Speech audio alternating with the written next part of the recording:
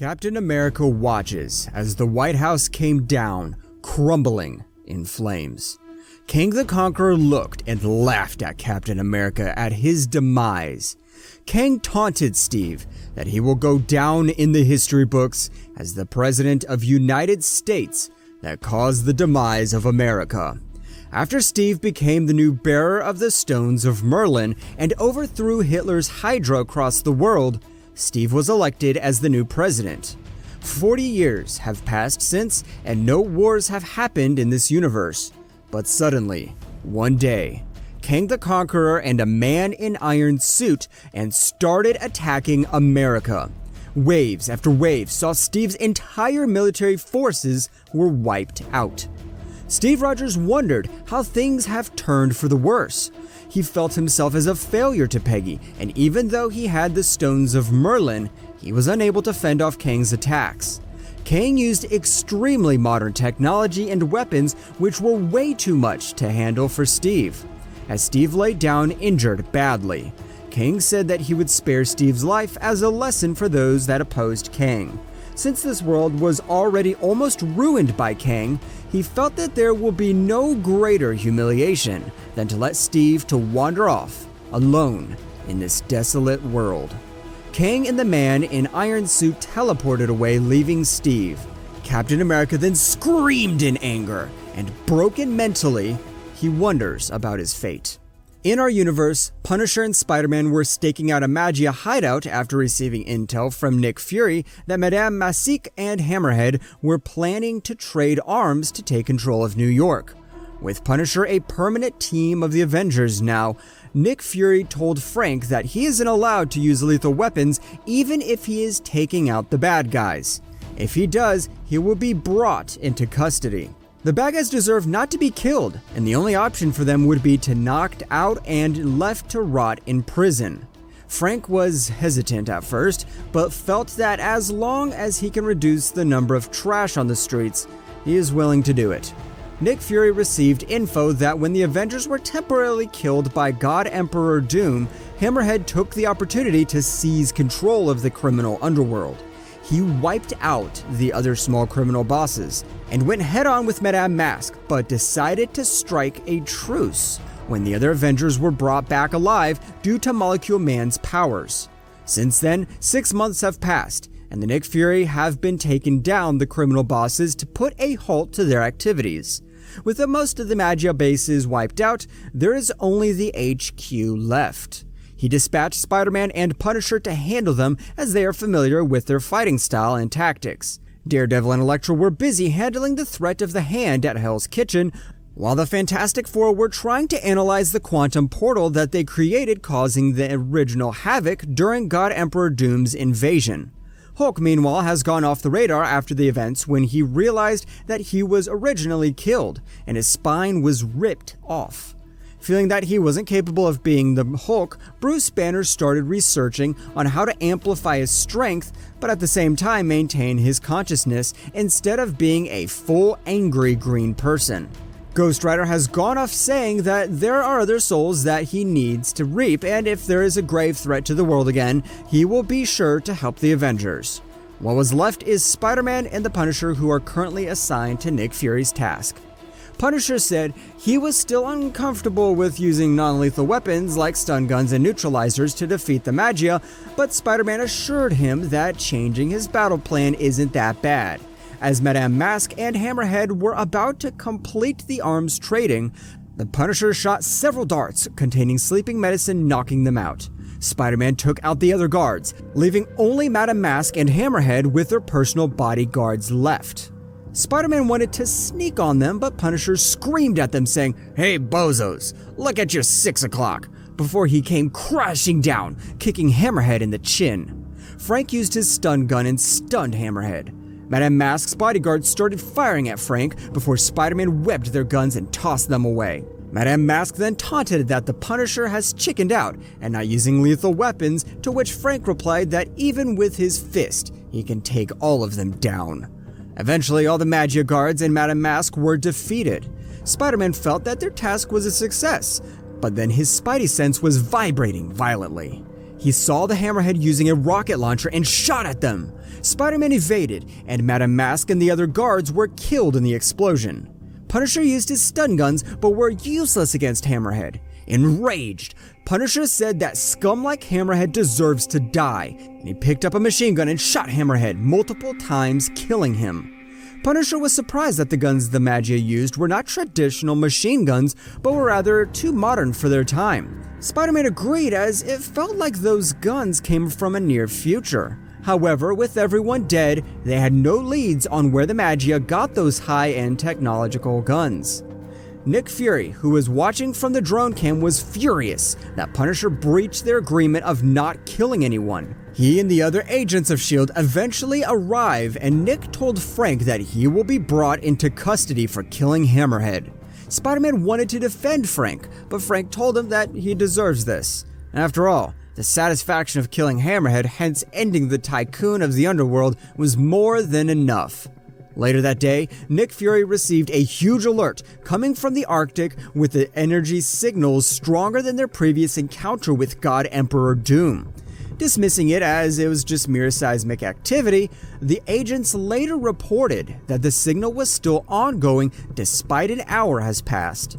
Nick Fury then requested assistance from the Avengers, to which Doctor Strange, Blade, Elektra, and Daredevil arrived at the helicarrier as he felt something was fishy, and with just Spider-Man at hand, Nick had a gut feeling that something huge was going down.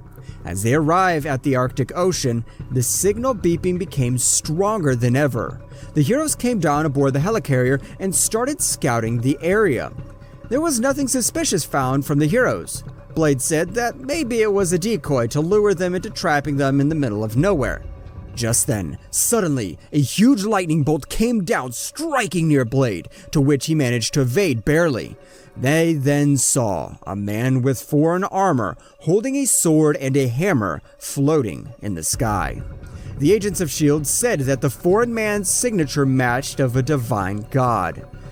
Doctor Strange then told the foreign man that they were not seeking for any fight and merely responded to a loud signal.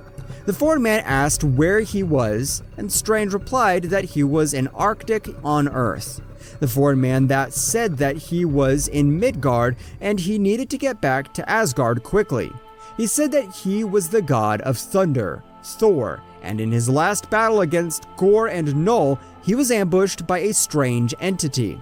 A man who had purplish and green armor with huge guns shot at him, weakening him badly, while another man in red and yellowish armor shot beams at the Asgardian buildings.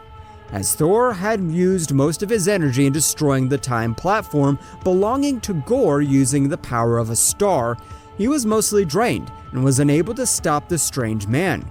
However, he put up a strong fight against the strange man, but was eventually defeated. The strange man introduced himself as Kang The Conqueror, and he has come to control dimensions via time travel.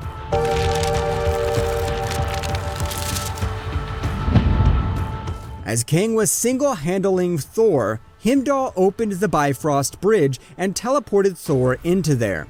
Heimdall said that Thor needs to get more assistance from Midgard if he wants to stop Kang, as his current situation is not enough, even though he is a King Thor.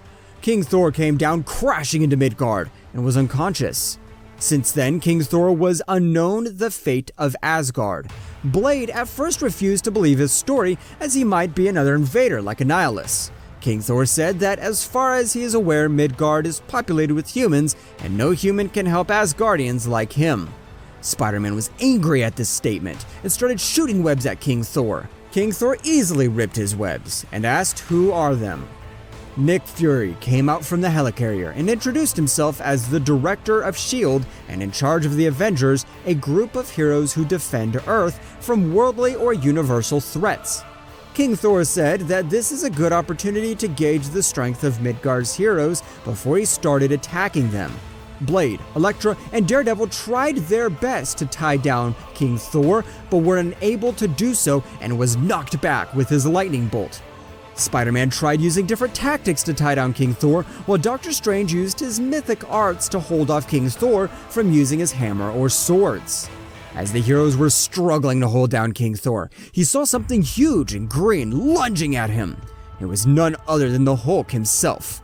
Bruce Banner sneaked into the helicarrier as he felt that something was suspicious with the beeping sound and responded to Nick Fury's message.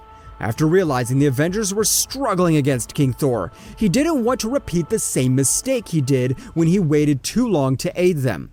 Transforming himself into the Hulk, Hulk smashed King Thor into the iceberg. He continued to pummel down King Thor, but not before King Thor used his Mjolnir to knock Hulk into another iceberg. King Thor is surprised that Midgard had such a hero and a worthy opponent for him. He then summoned a powerful lightning bolt and directed at Hulk, not before Doctor Strange used his cloak to push King Thor's hand, causing the bolt to fire elsewhere. King Thor wanted to continue fighting, but Nick Fury told him to stop after the agents reported that they spotted someone in the iceberg. He reluctantly agreed to put a truce to his fight after he knows that Midgard have worthy heroes to fight back. They went to investigate the person spotted in the iceberg, and Nick Fury was shocked to see that a man resembled a legend he knew was frozen in the ice. They thawed the man out, and Blade asked who that man was. Nick then said that there was a legend of a man known as Captain America back during the World War II days.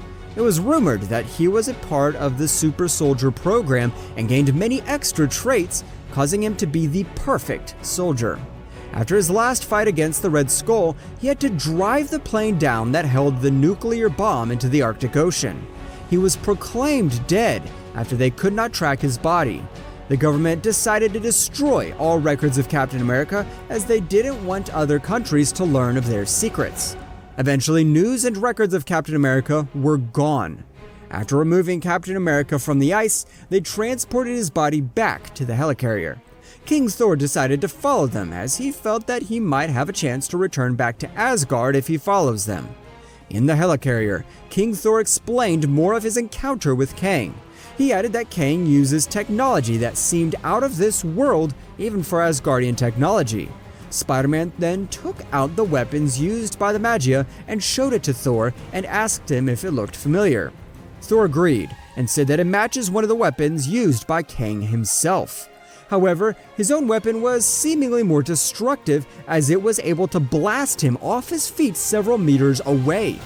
Thor added that Kang only stated that he was a ruler from the future and past, and he has come to conquer all dimensions across time.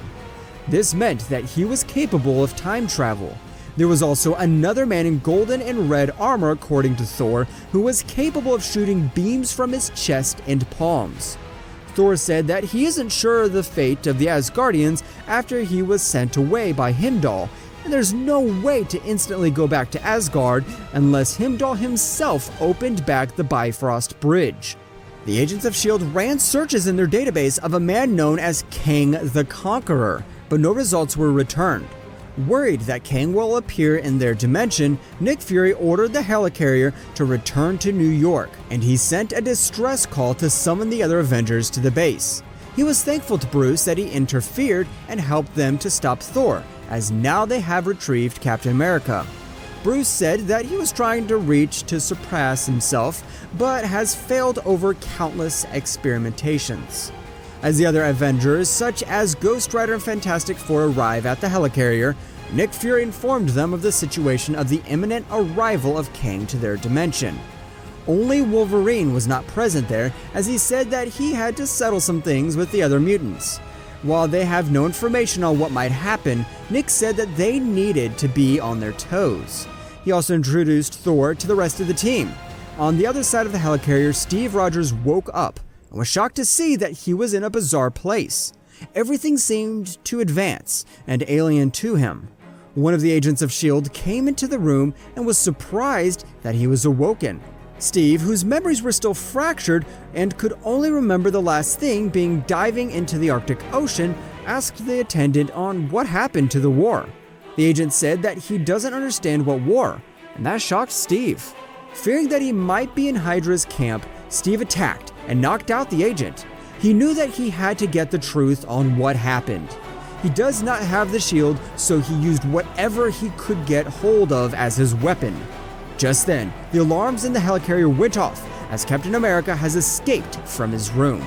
Nick Fury told the others to track down Captain America, as they needed him to be on board the aircraft. Spider-Man and Daredevil eventually crossed paths with Caps when they spotted him trying to escape. They told him that they were not enemies but rather allies who have found him in the ice.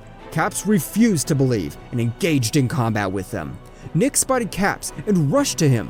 With several agents of S.H.I.E.L.D. aiming their neutralizers at Caps, Nick told them to stand down. Nick then casually explained the situation of what happened to the world and him. He even showed Caps records of the history that happened after he went missing. Steve then lost his will to fight, as he lost his loved ones and woke up in a strange time. As Nick was explaining to Cap on their situation, they felt a huge impact to the left wing of the aircraft.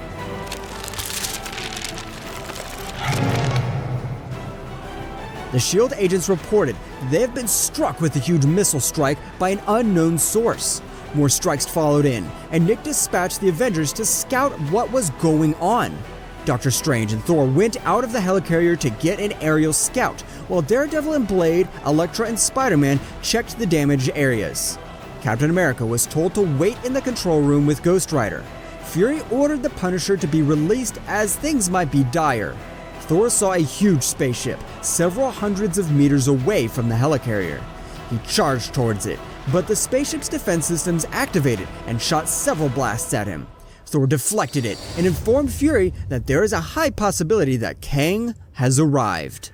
The helicarrier tried shooting back missiles and lasers at the foreign spaceship, but there was no damage to it. Thor then launched a powerful lightning bolt that had a mild impact to the spaceship. As he wanted to launch a second shot, a man in golden armor emerged and started firing missile barrages at Thor. Thor was distracted and knew it was the same person who attacked Asgard with Kang. The man said he was Emperor Stark, or simply Iron Man now, and that the time has come for this world to submit to Kang. After all, this is their last stop of domination. Thor asked what happened to Asgard, and Iron Man simply replied that Kang spared them, as they decided to submit to him. Kang merely wants to rule the world, and has no desire for decimation of the populace unless necessary. Thor was glad in a way that the Asgardians were unharmed, but still for Asgard to be ruled by a foreign entity is not something he can accept. King Thor then clashed with Iron Man, with Doctor Strange trying to breach into Kang's spaceship. Strange tried to deactivate several weapon systems of Kang with his mystic arts, but some were far too complicated for him. After getting the exact coordinates of Kang's spaceship, Fury dispatched a small aircraft consisting of Elektra, Daredevil, Ghost Rider, Spider-Man, the Fantastic Four, and Blade to Kang's spaceship. Only Captain America, Hulk, and Punisher were with Fury aboard the helicarrier. Caps was still puzzled on what was going on, but knew that there were graver threats now that a madman has arrived. They then heard a loud announcement across all live broadcast and communication channels from Kang. Kang declared himself as Kang the Conqueror. He has come to enslave this world as his last spot of domination. After having traveled through many dimensions, this Earth seems to be the most interesting and challenging. Resistance is futile, as he has the higher advantage. Refusing to give into the madman's demands, the Avengers stormed into Kang's spaceship after they managed to sneak their way through it.